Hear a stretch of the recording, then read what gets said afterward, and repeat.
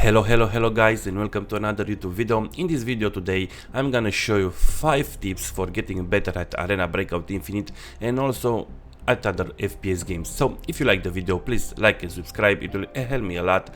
This being said, let's get straight into the video. Let's start with tip number 1. The most important things when it comes of FPS games is of course game settings. Game settings will boost your FPS and will make your game more responsive. And it's a saying, frames win games. There are also a lot of videos on YouTube regarding game settings for different games. I also cover Arena Breakout Infinite settings, so you will find the video in my playlist if you are interested. But today I'm gonna show you some minor tweaks in terms of Windows settings that can help you in your games. The first settings that we're gonna talk about is Windows graphics settings. Here you need to enable optimization for Windows games and of course hardware accelerated GPU scalings. You can find these options by writing graphics settings in the start menu. Also below these settings, be sure to add your game exe file and set it up to high performance. This will give you some extra FPS as well, and as is shown in the image on the screen. Another important option is to disable enhanced pointer precision for your mouse. This option will give you total control over how you move your mouse pointer over your screen. Option can be disabled as well by searching pointer precision in the start menu. Tip number 2: setting up your mouse. As you can know, already mouse is the most important tool when it comes of FPS game. A good mouse can win fights and can make you play better. Of course, in this manner I suggest you have a wireless mouse, of course, because in these days as the technology advanced, wireless mouses are becoming more popular and better with zero to none input lag, making them to be the first choice when you want to buy a new gaming mouse. The mouse that, for instance, the mouse that I use while playing is Logitech G502X wireless, and I'm very happy with it. I'm gonna explain you in the next section of this video why I really enjoyed this mouse, which is a very good mouse from like quality and price perspective.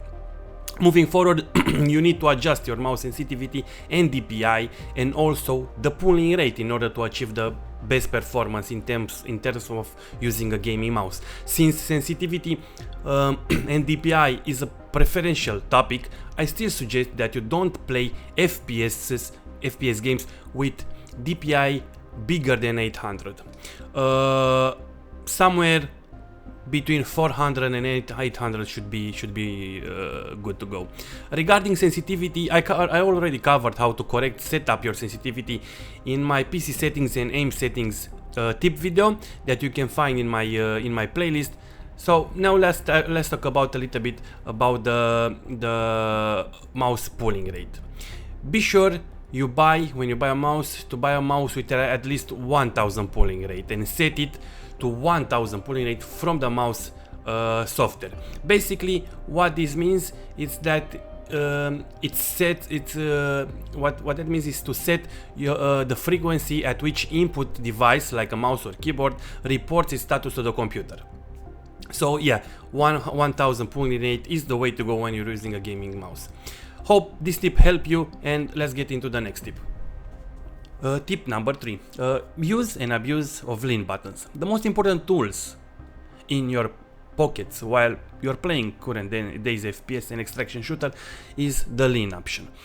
Lean option can make a difference between life and death in some situations, so it's very important to abuse it. You can use lean to take info around the corners, pre-fire or bait for shots. Since movement in such kind of games is very important and you are punished if you stay seconds in the same spot, and since lean by default comes on button press, mostly Q and E, it's very important to switch from press to hold. By using hold, you'll adjust your play style to not be static, so you'll never slow pick around the corners. Another suggestion that I have, since movement is so important, is that you change your lean buttons from Q and E to side mouse buttons. Okay, and get used to use that. Keeping your fingers all the time on a WASD makes very easy to move while shooting. I searched a long time for a mouse with 2 side buttons, one near the other, and Logitech G502X is the way to go, since it has 3 side buttons that you can easily configure. Hope this tip help you, and don't be shy to try it. You will see that you will start to win more fights. This being said, let's get into the next tip. Tip number 4. Let's talk a bit about the monitors. Monitors are very important when it comes of FPS game. Be sure you choose a monitor with at least 144 Hz and a good screen like IPS, LED or OLED. For the size, don't go bigger than 25 inches and don't buy a curved monitor, since you'll find some kind of distortion in image. Also, after you choose your monitor refresh rate, be sure that your in-game FPS is the same as the refresh rate of your monitor to fully use your monitor as at his maximum potential. So if you have 144 Hz monitor, you need to target 144 FPS in the game. Also, don't hesitate to play with the monitor settings to adjust your image to see better in dark corners, and make use of the dark stabilizer options that all the monitors come with these days. This being said, let's get into the final tip. Tip number 5. Practice your aim. Practice is the mother of learning, so be sure to practice your aim and your skills either inside the game shooting range or by using a third-party software like AimLabs, Kovacs Aim Training or others. Also, I can recommend you to practice your aim inside raids and games as well by trying to one-tap kill NPCs. This also counts as aim training, and with little by little you'll start getting better. You can start getting better at aiming. Hope you guys enjoyed this video. More video like this will come in the future, covering extraction shooter and more other competitive PvP games. So if you like the video and you like to stick up with me, please drop a like and subscribe. Catch you in the next video. Bye.